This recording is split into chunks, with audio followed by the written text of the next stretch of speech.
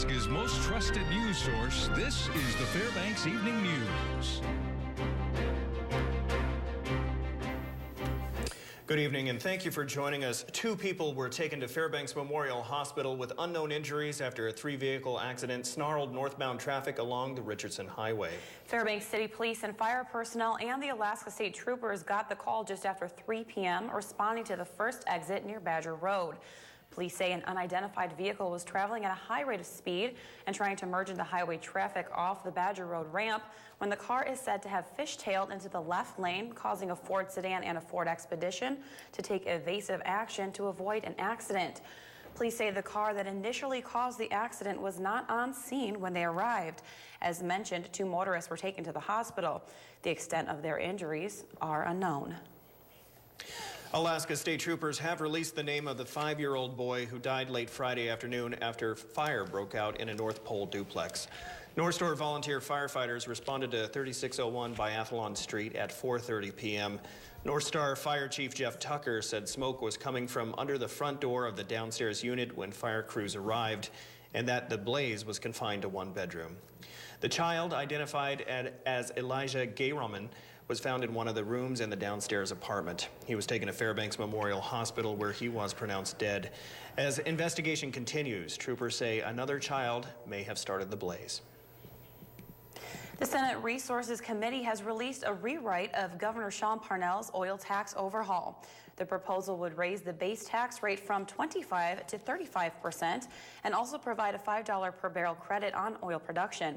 It would increase from 20% to 30% the tax break Parnell proposed for oil from new fields and new areas of legacy fields, known as the gross revenue exclusion. The measure also would include a corporate tax break for companies that manufacture products in Alaska that can be used in the oil fields. Well, there was $600 billion in worldwide oil investment last year. Alaska saw less than 0.5% of it. Production from our legacy fields continues to decline. There's a lot of new oil to be had in old oil fields if we can make it economic to get at it. Any legislative proposals will be met with an open mind. Alaska Energy Authority Deputy Director Gene Theriault and current Commissioner of the Department of Commerce, Community and Economic Development, Susan Bell, will be in Fairbanks Wednesday as part of a public outreach venture regarding a plan to truck liquefied natural gas. Now, the pair will first meet with Fairbanks Economic Development Corporation before then meeting with members of the Lowell Group. Fairbanks and North Pole elected officials will also meet with Theriault and Bell. 2 public open houses are also planned, one in North Pole and one at the borough. Their visit is in regard to House Bill 74 and Senate Bill 23, legislation that would authorize ADA and AEA to begin financing legwork for components of the project. A proposal for state backing for trucking North Slope gas to Fairbanks took a step forward late last week when the Senate Labor and Commerce Committee voted to pass the legislation on to the next committee. The $355 million funding package of mostly loans would go to a state stake in North Slope processing facility and a distribution network in the interior. The legislation was amended by Senator Donnie Olson, a Democrat from Golovin. That was to open up language that would have limited financing for distribution just within the Fairbanks North Star borough. Committee members still appear to have lingering concerns about the plan, but said those should be covered in the next committee. Reached for comment late Friday, State Representative Tammy Wilson says lawmakers will continue to make this plan their #1 priority. You know, as an interior delegation and being the senior member of the House, we are fighting together on the Senate side and the House to know that the trucking project is the nearest thing that we have to be able to get that project jump-started. And within 2 years right now is when we should see the first gas from the North Slope. We are pushing hard, and we do not plan on coming back with having that project through. Well, with the conclusion of the Iron Dog, you can always guarantee that Sarah Palin will visit Fairbanks as she did this past weekend. When we come back, Sarah will tell us what she's been doing lately. And a state commissioner will take public comment on the idea of trucking natural gas. Stay with us. This edition of the Fbx Evening News is brought to you by Northland Hearing Services. Better hearing with a human touch. And by Spadard Builder Supply. And welcome back to the Fairbanks Evening News. Former Alaska Governor Sarah Palin says she's still very active in the public eye since her run as a Fox News Channel contributor came to end in late January. Palin, the 2008 Republican vice presidential candidate, was in the interior this weekend for the Saturday finish of the Iron Dog snow machine race. In late January, it was reported that the news organization was parting ways with Palin. After signing a $1 million a year contract with the network in 2010, Palin had turned down a new offer in recent months. Reports about an increasingly icy relationship between Palin and Fox News CEO Roger Ailes had been circulating for years as well. Now, reached for comment late Friday evening, Palin says despite a still hectic schedule, family comes first. A lot of traveling and speaking around the nation and some opportunities in other nations too. Well, certainly this month, as every other month, the last 20 years, we've been, focused on Iron Dog and being here in Fairbanks for the end of it. But, family always comes first. And yes, still speaking, still working hard with Sarah Pack and working hard vetting candidates for the midterm elections, 2014s. Can't stop, huh? Can't stop, no. So, just kind of putting one foot in front of the other. Homelessness is a growing epidemic across the nation. In the United States, millions of individuals use emergency shelter, transitional housing, or both. The News Center takes a look into the faces of the homeless in this series. As of 2008, Alaska ranked 10th among the 50 states in concentration of homeless people. However, each person unique in their own story of how they got there. I'm a recovering alcoholic addict. I have children. I have 5 sons. I went to Iraq from 04 to 05. I was in the Army. Facing demons such as addictions, mental disorders, or hardships, homeless individuals have battles and stories that are hidden from the public. Sorry. I was basically, I fell off the earth. Nobody knew where I was at except for, of course, the people that were with me. So, but that's how lost I was. That's just not how I am as a person, but it became who I am as a person because I was that lost. More than 40% of homeless individuals have a disability. In some cases, veterans who have served in the War on Terror and prior conflicts are among those affected. I deal with PTSD, diagnosed with that since 05, so severe chronic PTSD. When I come home, I was a different person. I didn't trust nobody. I didn't feel like I had a problem.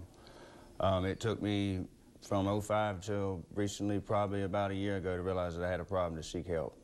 Addiction can be another factor in a person becoming homeless, with over half of those suffering being male.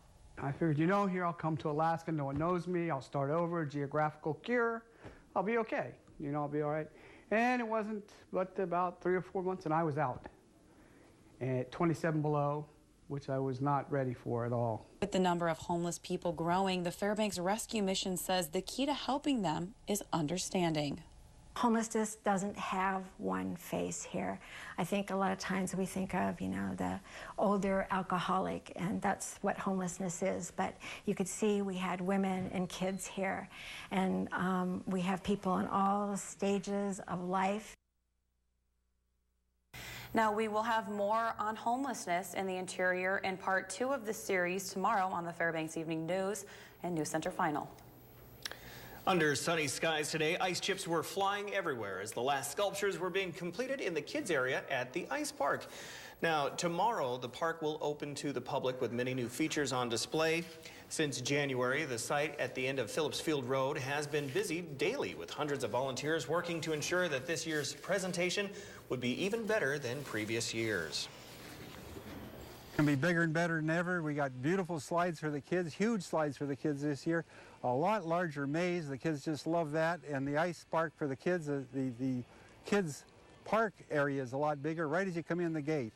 We're having 42 single block sculptures this year and 20 multi-block. We've got over 100 sculptors from out of state coming in to do our sculpting this year. Joe, another busy weekend this weekend for sports. Yeah, I'm finding You're out one busy guy. Yeah, I find out that February and March is a pretty busy time around here for sports, but it's all good. And there's a lot going on with Nanook sports this weekend. Pretty good news for Nanook fans. We'll have that, and some local skiers came back with some hardware. Nice. Find out who in sports.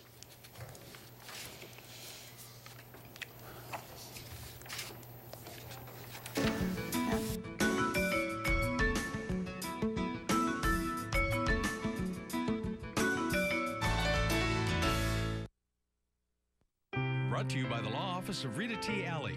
Peace of mind through professional legal services.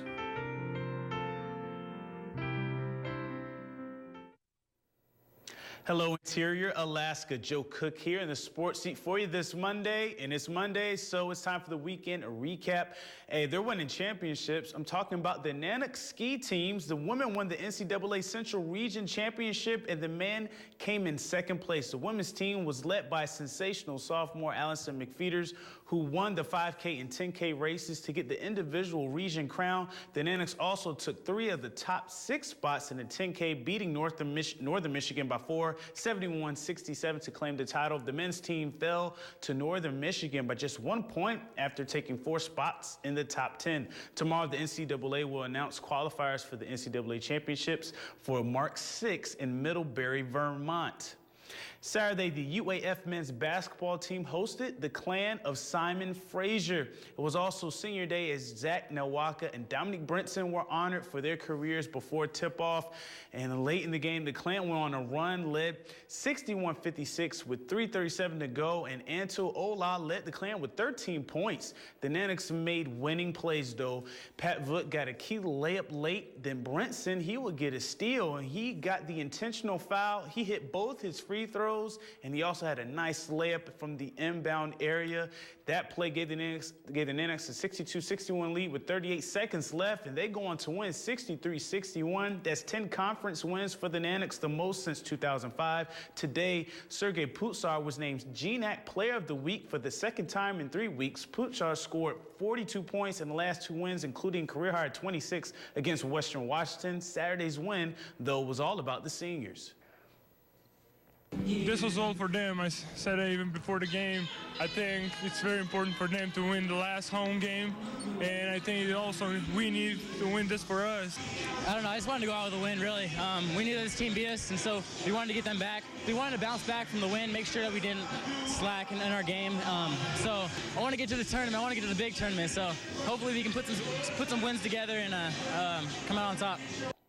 And the women's team needed overtime in their game with St. Martin's. Ruth O'Neill, she got a nice bucket, giving the Nancy 56-55 lead with a minute goal. O'Neill had 10 rebounds and 7 points. Chelsea Hackey, she would get the bounce to force overtime. Hackey had 19 in the extra session, and Sam Thornton scored 6 of her 10. Kelly Logue had a team-high 16 and 5 steals. Jacqueline Lovato had a 14. The Nanooks shot 50% en route to a 67-65 win in overtime. That's 3 wins in a row, the most since 2007. Leading in those wins, Samantha Thornton, who was named GNAC Co-Offensive Player of the Week for her 27-point, 14-rebound, 2-game performance today. It's her first Player of the Week honor and the first for the team since 2006. I feel like our team has been connecting better, and we just have more confidence in each other, and I think that's what's getting this done. Our confidence in shooting and then the team chemistry together has really just made a really good package for us these last couple games. And it was the last CCHA regular season game for the Alaska Nanook hockey program on Saturday night. At the puck drop, the CCHA membership donors were recognized as the donors who made Division I hockey possible at UAF. Michigan State scored first in the first period like they did on Friday on a power play, but UAF's Michael Quinn tied it in the second from the top of the slot, or would he? It was reviewed, but then it was confirmed a goal, as you see it in slow mode there, got inside the left post for a power play goal. No review here is Andy Toronto. He scores on a redirect after a shot fired in from Colton Pareko. It's 2-1 Nanooks. The Spartans wouldn't go away, though, as Darnell Brent, he ties it, and it's 2-all in the third. But Mr. Clutch, Andy Toronto, he scores the game winner at the 8:57 mark of the third. Adam Henderson also scored on an empty net for the final goal as the Nanooks win 4-2 in their last CCHA game. But the Spartans, they didn't like it as tempers flared with seconds left to go, and a rare brawl ensued. Jake Chelios, he was the main one. He was ejected for Michigan State. UAF's Nolan Kaiser, he got a couple of roughing after the whistle penalties and a 10-minute misconduct, but no DQs. No word has come out on games being missed. Just a crazy ending. But the big thing is that UAF leaves the CCHA a winner. It was a gutsy win, something that, we've been on the other side of those things for, the past couple weekends, and it's nice to, you know, obviously buried a couple on that goalie. He played outstanding this weekend, but I think, you know, we deserved the outcome we got tonight.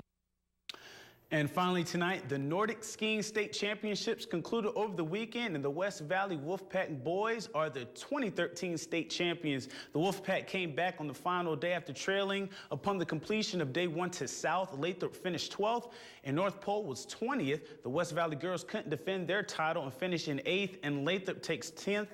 Tomorrow, I'll have a special interview with boys ski meister Max Donaldson of West Valley as we talk about the state titles and the junior nationals coming up in March. And that'll do it for sports tonight. Thanks for rocking with me for a little while. Stay cool, Alaska. Mike Schultz has your full weather forecast coming up next. We'll catch you next time. Hello, everyone. Welcome back into Fairbanks Evening News. Mike Schultz with you for a look at weather. What a great day today and a nice weekend. I hope you had a good weekend. We're going to start our weather off again with another photograph. This one's sent in by Bill Cody. Another cold sunset. Look at that beautiful sky colors. Again, if you have a photograph to share, by all means, send to Mike Schultz at KTVF11.com. What's going on at the airport? 10 degrees. That is our high for the day. The low last night, 19 below. The record high in 1943, record low in 1932. Not too far apart either. Almost 100 degrees apart, but anyway, sunrise this morning was at 8:14. Sunset not quite at 6 o'clock, giving us 9 hours, 43 minutes of daylight, a gain of 7 minutes from yesterday. We have an air quality index. We have a lot of those this year. Once again, Fairbanks and North Pole unhealthy for sensitive groups. Those with respiratory problems or young children should remain indoors. Okay, here's our satellite picture today. Another big system coming in from the south, but you know what? It's going to shut off to the east and then not really allow a whole lot to move past the Alaska Range, so looks like nice weather on the horizon and much warmer temperatures because of the warm southerly flow coming in. Well, elsewhere across the Alaska area, we're looking at cloudy skies over southeast Alaska, lots of sunshine across the interior, a few showers around Kodiak Island, a little fog around Bethel, and the north slope looking at a light snow at Barrow and Fort Yukon, 6 degrees below zero. Lower 48 weather, another big monster storm to talk about. Doesn't look that impressive here, but guess what? On the satellite and radar, it looks very impressive. In fact, you'll see here, look at all that energy moving with that system, bringing up to 18 inches of snow in Amarillo, Wichita, and heading toward Kansas City, Kansas tonight. This system also bringing a lot of rain over the deep south. And as far as snowfalls, you can see Wichita looking right around the bullseye there for almost, like I said, 18 inches of snow. More snow heading toward the Chicago area, and quite a bit of snow even around the Oklahoma City area also. Well, back to our jet stream for later on this week. Again, coming in from the northwest, then diving way down to the south. That means more storms forming, probably some severe weather over the deep south. Well, back to Alaska for tomorrow. A little bit of weather to talk about. Snow showers at Barrow, cloudy in Nome, and lots of sunshine for Fort Yukon. Here in the interior, some great weather tomorrow. Looks like mostly sunny at Fairbanks. Warmer and clear skies at Healy. High tomorrow, 33 at Healy. How about that? Over the southeast, we're looking at mixed rain and snow at Juneau once again. Windy and rainy for Ketchikan. And over the southwest part of the state, looks like snow showers at Cold Bay, snow in Bethel, and mixed showers for Kodiak. And in the south central regions, you're heading down to the Anchorage Bowl area, cloudy skies at Anchorage, snow for Homer, and windy with snow at Valdez. Well, it's a new week. Once again, time for our kids' weather. And this week, we're visiting with the kids from Weller Elementary School. Tonight, a young lady talks about, well, actually, a couple of young ladies talking about an interesting happening at a central part of Alaska. Out. The headlights weren't strong enough to penetrate far into the frigid ink of the winter midnight. What I could see was the pallid face of the blizzard screeching across the summit, stranded. The tires were descending rapidly in the snow as they would have in quicksand. Eternity. I can't believe an innocent trip to Central resulted in a massive blizzard at Eagle Summit. Thank you, Tegan and Emily. And tomorrow night, a young man will be here to share a picture. Here's your forecast for the remainder of the night. 18 below, clear skies and cold. Might see some northern lights tonight. Not a lot of activity going on in the sun, but you never know. 14 degrees for the high tomorrow, another sunny day. And look at the temperatures warming up in the 5-day outlook. Look at that, 20 degrees, then really taking off for the weekend in the low to mid-20s. It looks like nice weather, no precipitation expected. Overnight lows also warming up a little bit. Perfect weather for the sculptors, and perfect for tomorrow's grand opening for Ice Art Alaska at the Ice Park. Okay, yeah, that is perfect weather. Yeah. Can't wait to see those ice sculptures. Oh, yeah. They are really neat. You'll have to go down the slide. The ice slide. Slides, there's like 6 of them. Choose 2. Right. The tallest. All right, now, before we go tonight, we wanted to remind you that KTVF's 2013 Interior Wedding Showcase is this Saturday, March 2nd, at the Westmark Gold Room. Now, over 40 vendors will be there, and there will be plenty of door prizes as well for attendees. There will also be fashion shows by Alaskan Floral and Wedding and by Anderson's. Okay, so remember, Saturday, March 2nd from 11 a.m. to 4 p.m., Westmark Gold Room, this year's 2013 Interior Wedding Showcase. And that will wrap up this edition of the Fairbanks Evening News. As always, we are glad you could join us. Tonight on NBC Nightly News, the good, the bad, and the ugly at last night's Oscars. I'm excited to see that. That's next with Brian Williams. And be sure to check us out online at webcenter11.com, Facebook, and Twitter at any time. That will do it from all of us here at the News Center. See you back here at 11. Good night.